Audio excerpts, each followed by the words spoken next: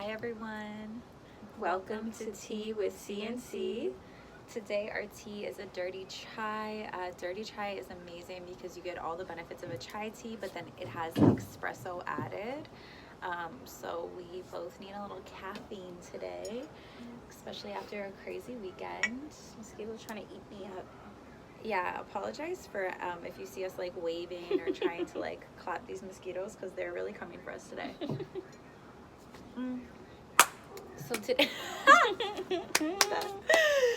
So today's episode is about men and women and just the differences between men and women. We have a lot to talk about in terms of the gender war that's going. Yeah, the gender war that's going on. So let's start off strong. Men, do you hate us? Do you hate us? What is going on? Like, honestly, in North America, I just feel like men have this resistance towards certain women, or they're not actually like showing that they love women, you know, that they care for them. Yeah. Like, it's a lot of avoidance and a lot of trying to act like you don't care, you know? Yeah, and a lot of like really like nasty negative humor. Yeah. About women, and I've seen it on like controversy on people's podcasts, controversy with like comedians, and it just really like shows like it's really weird because I think that men probably feel like women don't like them either. True. But it's like after generation of oppression. So when men act like they don't like women, I'm like, for what? To impress other men? Like, that's the only reason you could possibly be doing it, is that if you're trying to impress another man. True. And like, I think a big thing is, I think both men and women don't know what roles to play anymore, because like back in the day, you know, at certain points it's like, okay, if a woman was a stay-at-home mom, that was her role. Like, she's raising the kids. Like, I know my grandparents on my dad's side, like, my grandmother never worked and my grandfather always provided. But I feel like if the dynamic now is like both parties are working, then some men might still expect the woman to like carry the household duties and raise the children, but it's like that's just not realistic or practical. I don't think it's ever realistic or practical to make anybody do everything. Like in one dynamic, because it's like life is not like that. Like, for example, like I was raised in a family where like my mom originally stayed home, took care of the home, and my dad worked. But then when my parents got divorced when I was 7 years old, he didn't know anything to do with the children, raising the kids. So it's like, well, so now my mom's working and she's taking care of the kids and he's just an absent father. That's paying like what, financial support, I guess. But even that, to me, it's not enough. It's not enough because men don't actually know how much things cost. A lot of men don't actually know how much things cost. They'll be like, oh, I gave you child support. And it's like, that's only covering groceries, you know, or, you know. You think that your kids are doing activities after school with that money? You think your kids are going to camp with that money? You think clothes. that my mom's now working. Who do you think? You think you're paying for childcare? Yes, and she used to always, gas money. Bro, she used to always big him up like, oh, he does so much for us. Okay.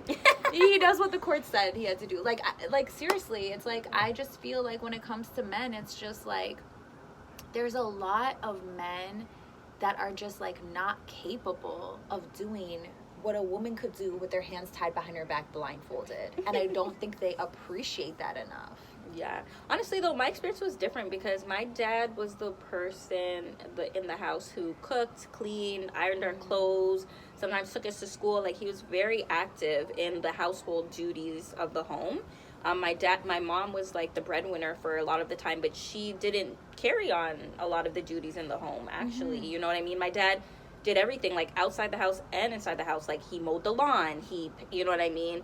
He fixed the driveway, he maintained the cars, did the car maintenance, and he also cooked, cleaned, you know, did those things. So my perspective of like dynamics and relationships is more like egalitarian. Like, whatever needs to be done for the household and the family to prosper, then each person has to contribute their part. You know what That's I mean? how I don't feel too, because yeah. I think it's unrealistic to think that like in this economy a man's going to be able to support a the entire household. family, yeah. And I think it's unrealistic to think that like man or woman, that like nobody wants to do chores all day. Nobody wants to do housework all day, and nobody wants to work all the time. Yeah. I mean, if there's some people out there that that's what you will enjoy doing and that works for your dynamic or the relationships you get into, do it. A You know lot what I of mean? those We're not couples saying I meet are not happy. but if that works for you, do it. You know what I mean? Yeah, Like, if it really honestly, works for you and you're not lying to yourself, go Yeah, for it. yeah. But there's a lot of people that they're not actually happy. Yeah. Like the resentment will come out. Like I've heard True. men say like,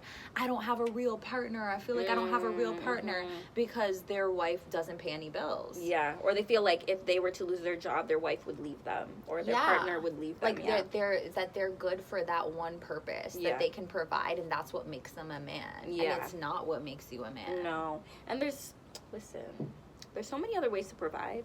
This is what you men need to know and realize. Like, you guys do have value. Oh, I remember a topic. There's a lot of men that say they're not loved unconditionally. Oh, yeah. And that hurts my heart. That Because hurts of my my heart. nephews. Listen, I think think about them and I'm you like, definitely can be loved unconditionally. Mm-hmm. However, a lot of men lead with providing financially. You know what I mean? Right. And you guys yourselves buy into the idea that you're not valuable until you can provide. You know what I mean? For yourself and someone else. And then, you know, insecurity is built inside of you, so you literally don't even nurture relationships when you're broke. You don't nurture them properly, and then you literally, it's like a self-fulfilling prophecy where the people you attract don't treat you well. You know what I mean? I also Because feel it's what you lead with. yeah, and I feel like I've been with men that didn't have much or were broke or I made more than them, and they actually self-sabotage and push you away because they don't feel adequate. Yeah, or that- they feel like insecure and Yeah. they put you down because Yeah. they feel like they You're want to better bring than you them. to their level. Yes, exactly. Yeah. So at the end of the day, it's like you guys are pouring into that narrative yourselves, and there's other ways to provide. You can be emotionally supportive. You can be encouraging to your partner. You know what I mean? You can contribute by lessening the load, like doing household chores. Like there's so many other ways. Well, there's levels to it too. Yeah. Like if you can't support yourself, that's a different story. That's Yeah. a different ball game. I Yeah. think that every adult should be able to support themselves or Yeah. their lifestyle, whatever their lifestyle looks like. But I think that like men are lost because they're not making the same money currency. Yeah. And I think that what they need to realize is that the new currency is effort.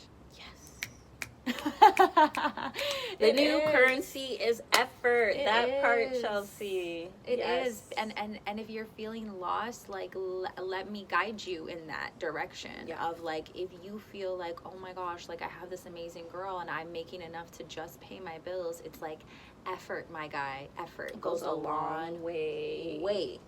a long way. A long way. And it's like, I can't stand, because I've like dated so many women, I can't stand when people like act like it's hard to put in effort. Like, you know, you can pack a blanket, buy a bottle of wine in the vintage section that's on sale, and go sit by the water and have great conversation and listen and remember things about that person and connect with that person. Like that is effort, that is showing up. And I think that too many men think that like it's about the glitz and the glam, when like the reality is the woman that you're getting with only the glitz and the glam are not necessarily going to respect you in the way that you think they are, because they need to respect you when your pockets aren't full in order to have a long sustaining life with you, because guess what, you could be rich today and have a hard time tomorrow. Well, that's the thing, right? It's like, who are you choosing? Like, who are you choosing? You can't complain like, oh, women just want this, women, and it's like you're going to, for specific women that only want providers or will only value you or respect you if you're providing. Like, you have a choice in the matter. You know and what you're I mean? reaffirming, which we all do this, like you're reaffirming your beliefs about yourself. Yeah. Your negative beliefs about yourself. Yeah, exactly. Do you think women are more emotional than men. Listen. Okay, first of all, anger is an emotion. Anger is an emotion. Full stop. If you're a man and you get angry often, you're emotional. And they swear it's not. They You're swear emotional. It's not. They're like, I don't cry. I'm like, okay, but you literally get heated in every conversation. Yeah. So. And just because we might express emotions differently from person to person does not mean you're not emotional. You're still emotional. Right. Yeah, and I think that the issue as well with men thinking they're not emotional is because they don't have the language to describe other emotions they have. I think as a society, we don't have enough language around emotions. Yeah. Like, we were talking about like this, like about the emotion wheel. Like, if you Google the emotion wheel, it has so many different emotions. And the thing about it is that when you don't label your emotion correctly, your reaction does not actually reflect how you actually feel. Yeah. Like, I feel like the emotion I tend to experience a lot sometimes is like disappointment. But I never used to say that. You know what I mean? It would just be like, you know, I'm angry or I'm sad or whatever. It's like, no, I'm disappointed. You know, like, that's an emotion. That's a feeling. I'm disappointed, you know? So, yeah, there's so many emotions that we feel, and we can really, like, explore by, you know, researching different emotions so that we have different language to express ourselves with others, and so that there is more understanding. And there's, like, reflection in that. Because if you're saying that you're sad when you're really disappointed, you're not going to reflect on your expectations in the situation. Yeah. And maybe those expectations, because now you realize, oh, I'm disappointed, so obviously my expectations weren't met. Now you have something you can actually, like, tangible, you can go to your partner with and say, hey, I realize, like, I have these needs. Yeah. And communicate it. But if you're just like, I'm sad, it's like, okay. Like, what do you require? And that's, like, assertive communication. Like, I'm not just telling you how I feel, I'm telling you what I need. Yes. And I feel like a lot of men have a hard time expressing what they need. Like, I think women are more likely to be like, you know, I'm frustrated with this. I need you to do this. I need this from you. You don't do this enough. Men, a lot of them will just avoid the situation, you know what I mean? Or, like, start acting differently, you know, instead. And I'm not saying that all men, you know, all men are guilty of that. But I'm just saying, like, sometimes men don't actually take the time to learn, like, what do I need from a woman? What do I need from a relationship? And do I express that, you know? Do I express those needs so that the woman's aware so that she can put in the effort to at least satisfy me in certain ways? My sister and I were talking another day, and she watched this podcast on relationships, and it was so interesting. Because one of the things she mentioned to me was that in the podcast they said that when women meet men, they start them at 100. And then slowly, as the men disappoint, no matter how tall you are, you always let us down. No, I'm kidding. Disappoint. They lose points. Yeah. Whereas men start at 0.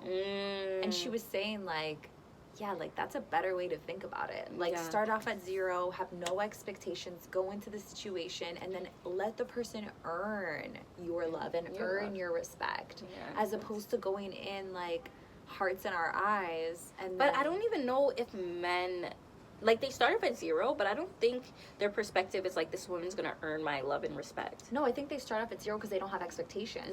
We start off at 100 because we come in with expectations. But they still, like, they like or love who they like, and I feel like a lot of it starts off with attraction. Sometimes a lot of men don't even care for the qualities in someone, and that's how they get caught up.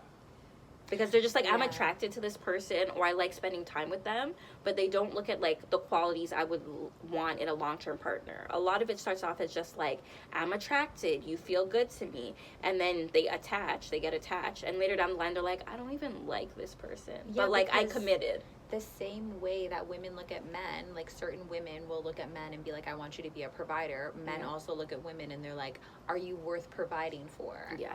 And when you have that in the back of your head and you're not falling in love with, like, the human, I think that what ends up happening is life happens, and then all of a sudden, when she doesn't have all the time in the world because maybe she has a child with you, or maybe she's like working again, or whatever it might be that was different from the beginning. Yeah. Or It's her like, body changes. right. You don't have anything to fall back on. Yeah. Because that's not a solid foundation. It's just shallow. It's shallow. A Super shallow shallow. relationship. Yeah.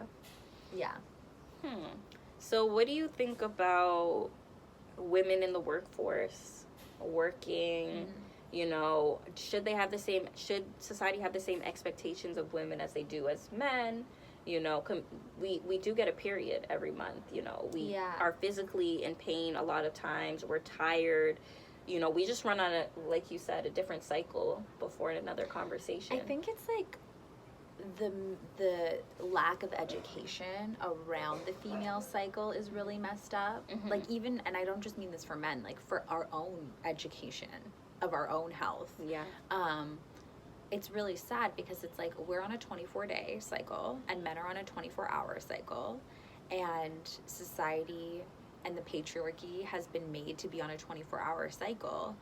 And I think that women are so beautiful and amazing in the ways in which we get creative to manage our work schedule. I think a lot more of my friends are on either like a work from home, a hybrid job, or like doing some type of like consulting or content, or like something where they have more control over their schedule. And I think that we're gonna see that a lot more going into the future. Like, I think that with technology now, like, I think that people are going to be having their in-person meetings virtually. I think that's the way of the future, because I don't think that it's fair that people have to work like an 8-hour, 5 days a week, like. Yeah, especially women after you're literally like suffering sometimes. Like, they don't understand too, because sometimes you'll be in a relationship with a woman and she has no symptoms. Around her cycle, and then you're in a relationship, or she with doesn't express woman. it, at least, you know what I mean, or she just like avoids you while she's on her cycle, on her period, because she doesn't want to be like burdensome to you, but she's going through it sometimes, you know. And that's the hard thing too, is like how we're raised is very like impactful. Like, to be like a good woman or like a good daughter, it's like we're raised to be like, well, if you're a good child, like, you don't speak back, you don't speak up. If you're a good woman, you would give the shirt off your back. Why would we give anybody the shirt off our back? Keep your shirt on, girl. You need that. Yeah. Literally, you need that. And I think that because we're raised in that way, like, so many women aren't even being themselves when they're first engaging with men. Because it's like, oh, I don't want him to think I'm like loud. I want to be liked. I want to, but it's like you have a mask on. It's not even the real you. You know, it's like, and that's the thing. Men too will pretend to get sex, and women will pretend to get a relationship. You know, so it's true. Like, how about we be ourselves and come to a middle ground and an understanding? Like, we can have a relationship and you get sex. Right. You know? Like, pick properly. Like, let's actually choose each other based on our character, our personality, our values, you know? Yeah. And so, like, in terms of you're a mother of a son, obviously, there's so many mommy wounded boys walking around. Like, the mom wound is real. Real strong. It's real. We always talk about, like, women with daddy issues, but a lot of men have mommy issues that are unaddressed. And it doesn't even necessarily mean that they're not close with their mom. No. Because a lot of them, the codependency or the toxicity is enmeshed within that very close relationship. And I think that I saw this post the other day that was like talking about how fathers get like freaked out when they realize that their daughters are not forgiving as their wives. And then a woman commented and said, yeah, but let's really talk about how men get freaked out when husbands realize their wives are not as forgiving as their mothers. Yes, because that's the next thing. Like, when men sometimes say they want unconditional love, they're really referring it back to their mom loving them unconditionally. And it's like, in a relationship, there's going to be conditions. There needs to be conditions to protect both parties involved. And I think that men are constantly looking for that unconditional love that they didn't receive from their mother sometimes, or maybe they did receive. But it's like, this is a different relationship and dynamic. Yeah. You know, it's not a mother-child relationship. That should be unconditional. You know what I mean? And, or a father-daughter, father-son, whatever it is, a child-parent relationship. I feel like that might be one of the most, or one of the only relationships that should be unconditional. Yeah, and You even know? that, most of the time it's not unconditional. Most of Yeah. the time it is conditional love. Yeah. But I also think that, like, the concept of unconditional love, why do you even need it? Yeah. Why do you Yeah. need to be loved beyond any foreseeable condition? Yeah. It Like, I sounds am not your toxic. maker. It's toxic. And on top of that, a lot of times men will even say they don't even want to be loved. They want to be respected. Oh my god. So it's like, if you want to that's be their highest priority, is that you respect them. so then why are we even talking about love? Like, why are we even we wanna why be loved. why are you even upset? No, I'm saying, why are you even upset that you're not loved unconditionally? That's not even what you want. Yeah. You know what I Yeah. mean? You just want to be respected. And it's like, first respect yourself, and then attract and keep people in your life that respect you. But I think that there is two different languages that women and men speak. Yeah. Because I do think that women, we speak of love and we want to be loved. Yeah. And I think men, it's like, I just want you to respect me. Yeah. And it's like, do you want me to love you? And I feel like they're kind of just like, if you do, that would be great. But I would rather you respect me, Yeah. you know? Which is crazy to me. Yeah. Because But- I'm like, what? Like, I want to be respected. Yeah, for sure. But, like, top of mind, I would say, like, is love. yeah, exactly. Yeah. But yeah, the mother wound can be real. But you were gonna raising, yes. So Yeah. raising Jalen, what would you say to, like, mothers of sons and how, because he is a very, I mean, he's a very young adolescent, or not adolescent, God, he's a teenager. Yeah. But I feel like he's just such a healthy communicator, and he's just he's the best kid in the world. So what are you doing? Honestly, my advice for moms of sons is just to let them be them. Let them have open expression and communication. Don't try to police their tone all of the time. Sometimes, you know, like, boys or men could, like, be a little more assertive or aggressive or louder, you know, than girls or women. And it's like, you have to let them be able to express themselves in the way they know how, in order to learn them and understand them, you know, and support them. And I think there's a balance between, like, you know, ensuring they're respectful and ensuring that they have discipline, but also allowing them the freedom to be who they are without trying to control that, suppress them, or anything like that. Because if you shut down how they communicate, they're just not going to communicate with you. You're not going to know anything, you know? So you have to let them be them. Don't try to change them or morph them to be more soft. And it's like, let them be them, you know? And be a loving place for them. Like, boys need love just as much as little girls, you know what I mean? They need to be hugged, they need to be supported, you know, they need to be listened to, and their needs need to be met as well. Yeah. You know, don't neglect that just because it's like, oh, it's a boy. No, they need it just as much. You know, they need the protection as well. Like, don't let boys just go off and it's like, oh, they're fine. Like, pedophiles rape boys, you know what I mean? Boys are assaulted by women every day. It's actually underreported how often boys are sexually assaulted, because they are taught in society to be quiet, don't cry.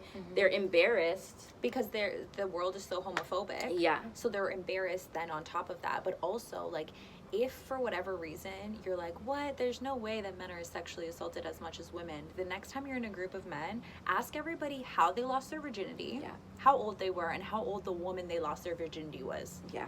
And I bet you will have a room full of men who were preyed on from much older women when they were very young. It's very scary. And it's also, like, scary that they're so conditioned to the point where, like, I've been in rooms of men where they're still speaking about it to this day as, like, oh, this, like, hot woman, the older it's like woman, it's a that cool thing. They still to this day have not put together, like, oh, that was assault, I was 14, I was 16, I was taken whatever. advantage of. Yeah. It's true. And it's sad, you know, because that creates a whole bunch of other issues in men that are unaddressed, like hypersexuality, you know, insecurity, lack of respect for women. You know what I mean? If the predator was a woman, it sometimes creates a dynamic where they only see women as like an object of pleasure, or they feel like they're kind of like have this resistance because they're scared, kind of like, you know, she's going to take advantage of me, or women are going to use me. So it's not healthy, and it's something that we need to address. And yeah, like boys need to be protected as much as girls. Yeah, and men's mental health is like really suffering too. And it's so interesting because I was talking to a man the other day, and I said to him, like, you know, I don't know why men don't create more spaces for themselves. Because I went to this like amazing meditation. It was like a sound bowl healing meditation, and it was all women, and the subject was a little bit around trauma, around healing, all these things. Anyways, it was beautiful, it was wonderful. And there was a man that was basically saying like, oh, well, why don't you guys do that for men? And we're like, well, this is a woman's only space. Like, why don't you guys create those spaces? And when I was talking to a man the other day about that, he said to me, because women are the most nurturing beings on the planet. And like, without you guys helping us facilitate these things, like it's very hard. And it just made me realize like that integration is so important. Yes. And like Brene Brown, who's an amazing author and like researcher of shame, a man came up to her and said like, why do you only your subjects women? And she said, well, because like I'm a woman and I just study women. And he said, well, how convenient is that? Because he's like, men, you're talking about like men being more vulnerable, but my wife and my daughter don't want me to be vulnerable. They want me to be a superhero. They want me to be a provider. They want me to be the rock of the family. And she said like, one thing I can tell you for sure is, if you show me a woman that can sit with a man's feelings, I'll show you a woman that's done the work. Yeah, and that's the thing, like a lot of women do internalize like misogyny and the patriarchy, and they push certain identities and stereotypes on men that don't allow men to be human and be full in their expression of themselves, you know? So that is something that we need to be aware of, like women need to be aware of, like, are you enforcing the negatives of what masculinity is supposed to be? You know what I mean? Like, we have this wording we use, like toxic masculinity, but it's almost like contradictory, because masculinity in itself is not toxic. Right. You know? So it's either masculine or not. It's not toxic or not. Yes. It's not toxic masculinity, because masculinity is not toxic. It's supposed to be healthy. You know? But I have a question for you. Tell me. To wrap this up, you know? I think this will be like our kind of final segment. But, you know, you've had an interesting relationship with the masculine and men, and just like coming to a healthy... Traumatic? Is that what you mean by coming to a healthy place of having healthy relationships, you know, or just even perceiving the male-female, man-woman dynamic in a healthy way. So my question is, like, how did you get to that place, you know, and kind of what affected your outlook on men? I'm like, and am I even there? No. I think that I had a lot of tough dynamics with men growing up that were extremely painful. And so I just thought that men hated women. And it's hard to love somebody that hates you. Yeah. But now I realize, and obviously like my own self-work and healing and therapy of many sorts, but now I realize, like, you don't hate us. You hate the patriarchy, and you hate it just as much as we do. And until you are ready as men to be the absolute warriors that you are and destroy the patriarchy alongside us, we will both be miserable. True. And you will feel like you are at war with women. Yeah. And sometimes you will feel like you're angry with women. Yeah. But you're not angry with women. You're angry with the patriarchy. Yeah. Because the expectations that were set for all of us are unhealthy. Yeah, exactly. And it's like a lot of men do know when other men are exhibiting, you know, detrimental behaviors or terrible behaviors, but sometimes I feel like men are scared to check other men, you know. And it's like men have to step up and be able to put other men in check when they're wrong. And if you're wondering how to check a man that you love very much, because I've had relationships with women that I love very much, and it's scary to check them on their toxic behavior. I think you can speak to their highest self. Like, instead of being like, why would you do that? It's like, no, you're better than that comment. You're better than that. You're better than that behavior. Yeah. Like, speak life Yes, into your speak brothers. speak life into your homies, your brothers. Yeah. Yeah, for sure. Your sons. Your sons. Oh. But that's the tea. That's the tea today. We're with getting CNC. darker and darker as the it's light getting goes. it's nighttime now, basically. So until next time. Until next time. Cheers.